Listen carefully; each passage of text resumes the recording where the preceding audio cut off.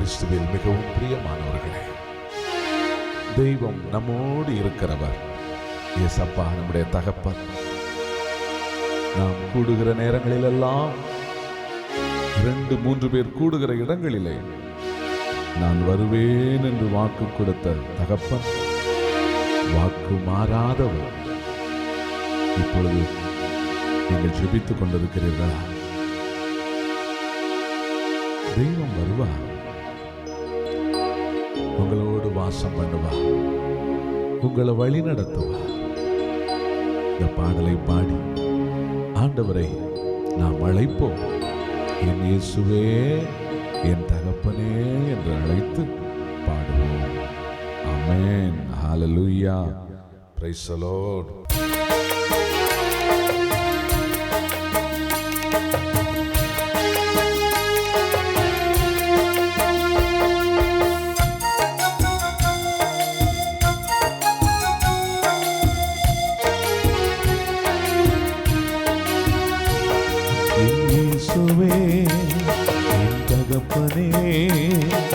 வாரும் நாங்கள் கூடும் நேரத்தில், இயேசுவே என் தகப்பனே, வாரும் நாங்கள் கூடும் நேரத்தில்,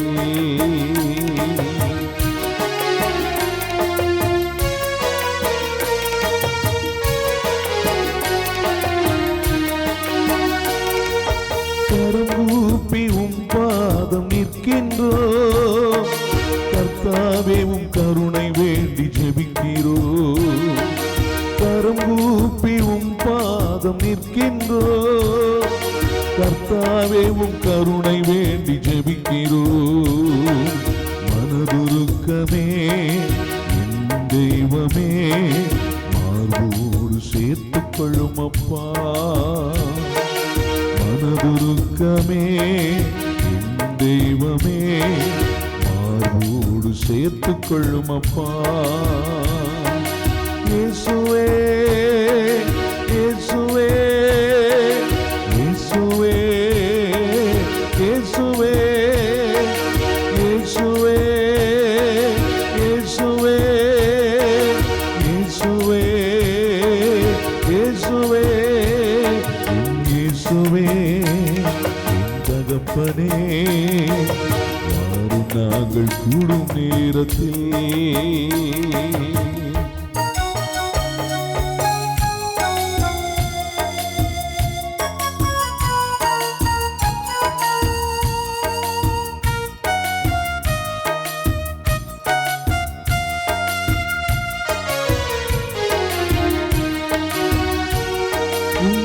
காண குரல் கேட்க வருகிறோம்.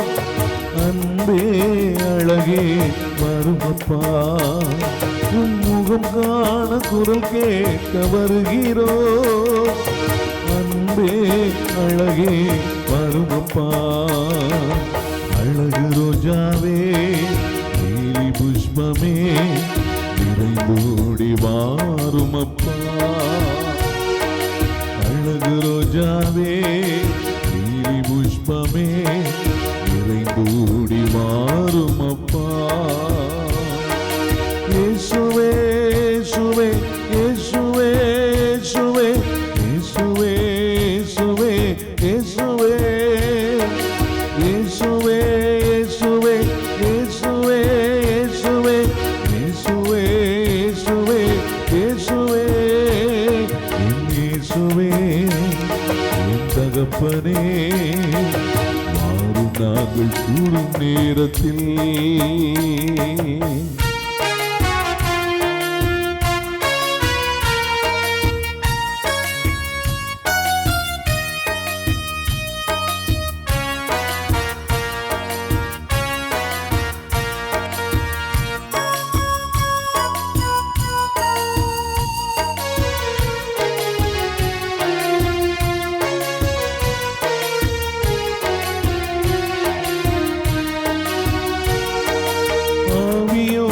உண்மையோடும் ஜெபிக்கிறோம். ஆண்டவரே இயேசுவே வருமப்பா, ஆவியோடும் உண்மையோடும் ஜெபிக்கிறோம். ஆண்டவரே இயேசுவே வருமப்பா. ஆற்றல் உள்ளவரே அபிஷேகமே ஏற்றிட வாருமப்பா. ஆற்றல் உள்ளவரே அபிஷேகமே ஏற்றிட வாருமப்பா. ஆற்றல் உள்ளவரே அபிஷேகமே ஏற்றிட வாருமப்பா. இயேசுவே என் தகப்பனே வாரும் நாங்கள் கூடும் நேரத்தில். இயேசுவே என் தகப்பனே வாரும் நாங்கள் கூடும் நேரத்தில். இயேசுவே இயேசுவே இயேசுவே இயேசுவே இயேசுவே இயேசுவே இயேசுவே இயேசுவே இயேசுவே இயேசுவே இயேசுவே.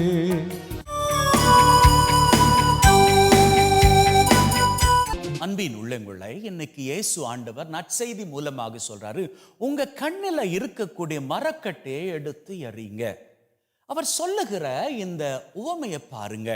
இந்த உவமை எப்படி இருக்குது அப்படின்னா, ஆரம்பிக்கின்ற பொழுது இயேசு ஆண்டவர் சொல்றாரு, நாம நம்முடைய கண்ணில் ஒரு மரக்கட்டை அது இருக்குது.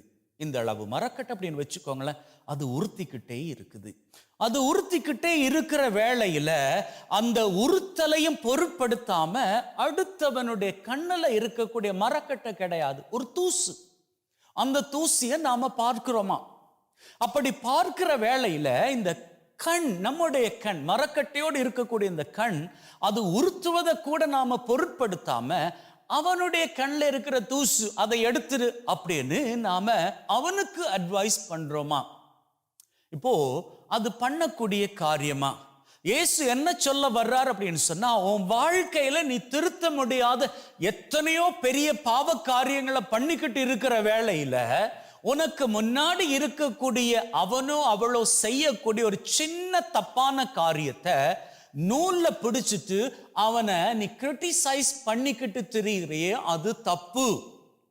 உன் வாழ்க்கைய முதல்ல நீ பாரு. அப்படி உன் வாழ்க்கையை நீ பார்க்கிற வேளையில ஆண்டவர் சொல்றாரு, உன் கண்ணுல இருக்கிற மரக்கட்டைய முதல்ல நீ எடுத்துரு. அப்படி எடுத்ததன் பிறகு நீ சொல்லிக்கலாம், உன் வாழ்க்கையை நீ திருத்திக்கோ. அதனுடைய அர்த்தம் என்ன தெரியுமா? நீ மறைவாக செய்யக்கூடிய பாவ காரியங்கள் இன்னைக்கு வேணா நீங்க வெளி உலகத்துக்கு நல்லவர்கள் போன்று நடிக்கலாம், ஆனா உங்க உள்ளத்துக்கு தெரியும் நீங்க யாரு அப்படின்னு சொல்லி. இத்தனை வருஷ காலமாக நீங்க என்னென்னலாம் பண்ணிக்கிட்டு இருக்கிறீங்க அப்படி என்பது உலகத்துக்கு வேணா தெரியாம இருக்கலாம், ஆனா உங்க உள் மனதுக்கு தெரியும். அந்த உள் மனது சொல்லும், நீ பண்ண தப்புக்கள் எல்லாம் மறைச்சிட்டு அடுத்தவன் மேல பழி போடுறல்ல, முதல்ல உன்னை திருத்திக்கோ. உங்களை நீங்க திருத்திக்கும் பொழுது உங்க கண்ணில் இருக்கிற மரக்கட்டையை நீங்க எடுத்துக்கிறீங்க. அப்படி நீங்க உங்க கண்ணில் இருக்கக்கூடிய மரக்கட்டையை எடுத்துட்டு அதுக்கப்புறமா என்ன பண்றீங்க? நீங்க அவங்கள்ட்ட போய் நீங்க சொல்லிக்க தேவையில்ல, உங்க கண்ணில் இருக்கிற தூசியை எடுங்க அப்படின்னு சொல்லி. ஏன்னா அப்படி நீங்க சொல்வதற்கான நிலையில கூட இருக்க மாட்டீங்க. ஏன்னா அடுத்தவர்களது குற்றங்களை சுட்டி காட்டுவது தப்பு அப்படி என்பதை உணர்ந்தவர்களாக வாழ்ந்து கொள்வீர்கள். அதற்காக மற்றவங்க தப்பு பண்ணா அப்படியே விட்டுட்டு போங்க அப்படின்னு சொல்ல வரல. நீங்க உங்க வாழ்க்கையில இருக்கக்கூடிய தப்புக்களை திருத்துவீங்களாக இருந்தால் உங்களது வாழ்க்கை அடுத்தவர்களுக்கு ஒரு முன்மாதிரியாக இருக்கின்ற தருணத்தில் எத்தனையோ பேருக்கு நீங்க நினைக்கலாம் உங்களது பழைய வாழ்க்கை தெரியாது அப்படின்னு சொல்லி. நீங்க உங்க பழைய வாழ்க்கையை மறைத்து வாழ்கிறவர்களாக கூட இருக்கலாம். ஆனா இந்த பூனை கண்ணை மூடிட்டு பாலை குடிக்கும் இல்லையா, அது போன்று நீங்க நினைக்கலாம் உங்க தப்புக்கள் அடுத்தவர்களுக்கு தெரியாது அப்படின்னு சொல்லி. ஆனா அது தெரிந்தவர்கள் இப்போ நீங்க திருந்தி வாழுகிற பொழுது அதை பார்ப்பார்கள் இல்லையா? அதை பார்க்கிற வேளையில் பெரிய பெரிய தப்பெல்லாம் பண்ணிட்டு திருந்தி வாழுகின்ற இவனையோ இவளையோ போல ஏன் நான் என்னுடைய வாழ்க்கையில் இருக்கக்கூடிய சின்ன சின்ன தப்புக்கள் எல்லாம் திருத்தி நல்ல மனுஷியாக வாழக்கூடாது அப்படின்னு சொல்லி அவர்கள் முடிவெடுப்பார்கள் அப்படின்னு தான் இயேசு சொல்றாரு. ஆகவே உங்க வாழ்க்கை முன்னுதாரணமாக இருக்குன்னு அப்படின்னு சொன்னா நீங்க அடுத்தவங்களை போய் திருத்தாதீங்க. உங்க வாழ்க்கையை நீங்க திருத்திக்கோங்க. உங்க வாழ்க்கையில இருக்கக்கூடிய குறைகளை, குற்றங்களை, பிழைகளை, தவறுகளை எல்லாவற்றையும் திருத்தி கொள்ளுங்க. நீங்க திருத்தி வாழுகின்ற பொழுது உங்களை பார்க்கக்கூடிய அடுத்தவர்கள் தங்களது வாழ்க்கையை திருத்தி கொள்ள நீங்களும் அவர்களும் ஏன் இந்த உலகமே மகிழ்வோடு வாழ்ந்து கொள்ளும். ஆமென். பிலிப்பியர் 3ஆம் அதிகாரம் 13வது வசனம். அன்பர்களே, இந்த நோக்கம் நிறைவேறிவிட்டது என நான் எண்ணவில்லை, ஆனால் ஒன்று மட்டும் செய்கிறேன், கடந்ததை மறந்துவிட்டு முன்னிருப்பதை கண்முன் கொண்டு பரிசு பெற வேண்டிய இலக்கை நோக்கி. கை தட்டுங்க பார்ப்போம். அப்ப என்ன செய்யணும்? கடந்ததை நீ மறக்கணும். அல்லேலூயா. கடந்ததை என்ன செய்யணும்? நீங்கள் கடந்த கால வாழ்க்கையில் உள்ள சம்பவங்களை மறக்கணும். உங்களை ஏமாத்தினவங்களை நீங்கள் என்ன செய்யணும்? மறக்கணும். உங்களை விட்டுட்டு ஓடினவங்களை நீங்கள் மறக்கணும். உங்களை தூக்கி எரிஞ்சவங்களை நீங்கள் என்ன செய்யணும்? மறக்கணும். Praise the Lord. அப்போ நல்லா கவனிச்சு பாருங்க. ஆபிரகாம் ஒரு தெளிவுக்குள்ள வந்துட்டார். என்ன தெளிவு? தேவன் எனக்கு குறித்ததை நிறைவேற்றுவார். ஆமென். அல்லேலூயா. அதனால தான் பைபிள் சொல்லுகிறது, கொலோசையர் 3ஆம் அதிகாரம் முதல் வசனம். 3ஆம் அதிகாரம் முதல் வசனம் எடுத்து வாசிங்க. நீங்கள் கிறிஸ்துவோடு உயிர் பெற்று எழுந்தவர்களானால் மேலுலகை சார்ந்தவற்றை பற்றியே நாடுங்கள். Price the Lord. நீங்க எதை தேடணும் தெரியுமா? உயர்ந்ததை தேடணும். அல்லேலூயா. சொல்லுங்க, எதை தேடணும்? நீங்க உங்க வாழ்க்கையில உயர்வை தேடணும், ஆசீர்வாதத்தை தேடணும், நன்மைத்தனத்தை தேடணும், சுகத்தை தேடணும். தேவன் உங்களுக்கென்று வைத்திருக்கிற அந்த உயர்ந்த காரியங்களை நீங்கள் தேடக்கூடியவர்களாக மாறணும். அல்லேலூயா. சொல்லுங்க அல்லேலூயா. கைகளை வேர் சொல்லுங்க அல்லேலூயா. Price the Lord. நான் அதனால தான் இந்த பகுதியை வாசிக்கும் பொழுது ஆபிரகாமை விட்டு லோத்து பிரிஞ்சிட்டாரா? சொல்லுங்க, பிரிஞ்சாரா? ஆனால் பிரிந்த அதே கொஞ்ச காலத்தில் நீங்கள் பாருங்களேன், தொடக்க நூல் 14ஆம் அதிகாரம் 14ஆம் அதிகாரத்தில் ஆபிரகாமுக்கு ஒரு வாய்ப்பை ஆண்டவர் கொடுக்கிறார். Price the Lord. சொல்லுங்க அல்லேலூயா. நீங்கள் அதில் 21வது வசனத்தை எடுத்து படிங்க. சோதோம் அரசன் ஆபிரகாமிடம் ஆட்களை என்னிடத்தில் ஒப்படைத்து விடும், செல்வங்களை நீரே வைத்துக் கொள்ளும் என்றான்.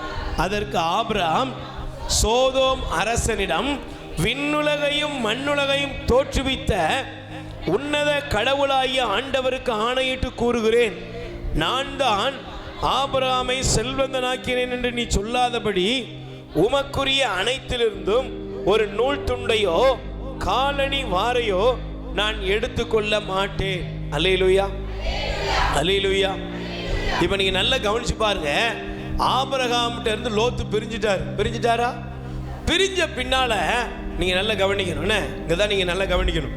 ஆபிரகாம் விட்டு லோத்து பிரிஞ்சு அவர் போய் சோதோம் கொமோரால போய் அவர் குடியேறிட்டாரு. இப்போ என்ன நடந்துச்சுன்னா, சோதோம் கொமோராவில் அவர்கள் இருந்த பொழுது, பிரைஸ் தி லார்ட், சத்தமா சொல்லுங்க அல்லேலூயா. சொல்லுங்க அல்லேலூயா. அங்கே கொஞ்சம் பேர் படை திரண்டு போர் தொடுத்து அங்க இருக்கிற ஜனங்கள் எல்லாம் கவர்ந்து கொண்டு போனாங்க. Price the Lord.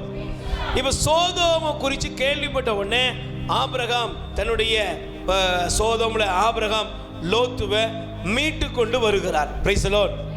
அல்லேலூயா. அப்ப நமக்கு இந்த பகுதியை நீங்க தயவு செய்து பிறகு படிச்சு பாருங்க.